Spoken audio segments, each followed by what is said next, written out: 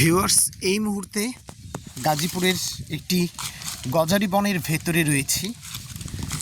বিশেষ করে যারা কখনো গজারি বন দেখেননি তাদের জন্য এটি সুন্দর একটা আবহাওয়া রয়েছে। এই বনের ভেতরে ঠান্ডা বাতাস, ওফ কি প্রশান্তি!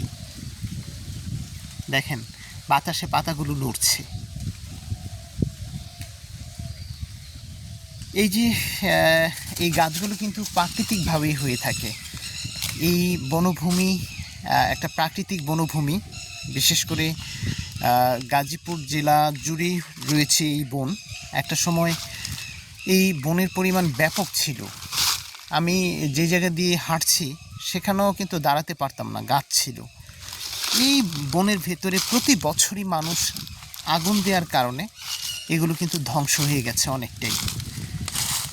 এখন যে কটি গাছ আছে সেগুলোকে যদি টিকিয়ে রাখা যায় তাহলে হয়তো আমাদের প্রতিবেশ সুন্দর হবে। আমরা অক্সিজেন পাবো, বিশুদ্ধ বাতাস, শরীর মন সব কিছুর জন্য উপকারী এই গাছগুলো। দেখেন কত সুন্দর হচ্ছে এই গাছ। এবং এই গজারি কাঠ কিন্তু বেশ শক্তিশালী। এটা দিয়ে দরজা জানালা বানালে সেগুলো দীর্ঘদিন টেকসই হয়। আমাদের গাজীপুরে এটি গজারি নামে পরিচিত। অন্যান্য এলাকায় এটাকে বিশেষ করে কুমিল্লার ওই দিকটায় এটাকে শালবন বলা হয়। এগুলো শাল গাছ হিসেবে অনেকে চিনে থাকে।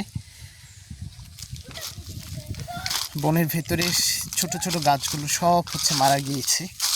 কিছু অসাধু মানুষ আগুন দিয়েছে, এই কারণে বড় গাছগুলো টিকে আছে। কিন্তু তারপরেও যেই গাছগুলো প্রতি বছর হয়ে থাকে আগুন দেওয়ার পরেও এই যে শাক জ্বালিয়ে নতুন নতুন হচ্ছে চারা, কিন্তু সেগুলোও কিন্তু আগুন দেওয়া হয়। বা কিছু মানুষ এই গাছগুলো কাটার কারণে ভিতরে যেই গাছের গভীরতা ছিল সেটি কিন্তু আর আজকে দেখা যায় না। এই যে দেখেন সামনে বড় একটি গাছ, কে বা কাহারা কেটে নিয়েছে। এই বনে কিন্তু একটা সময় প্রচুর পরিমাণ শিয়ালের দেখা যেত। এখন যে কয়টি পাখি বা প্রাণী রয়েছে তাও কিন্তু অনেকটা ধ্বংসের পথে। প্রতি বছরই আগুন দেয়া হয়।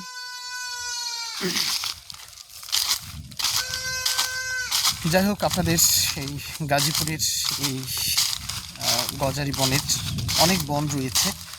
আমি একটি বনের অংশ বিশেষ আপনাদেরকে দেখালাম। এটি গাজীপুর জেলার শ্রীপুর উপজেলার বিন্দুবাড়ি এলাকার তরুণের ভিটার যে বনটি রয়েছে, ভিটার পাশে সেই বনের দৃশ্য।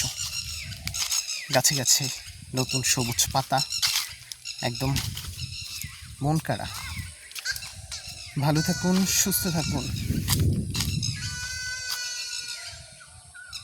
আল্লাহ হাফেজ।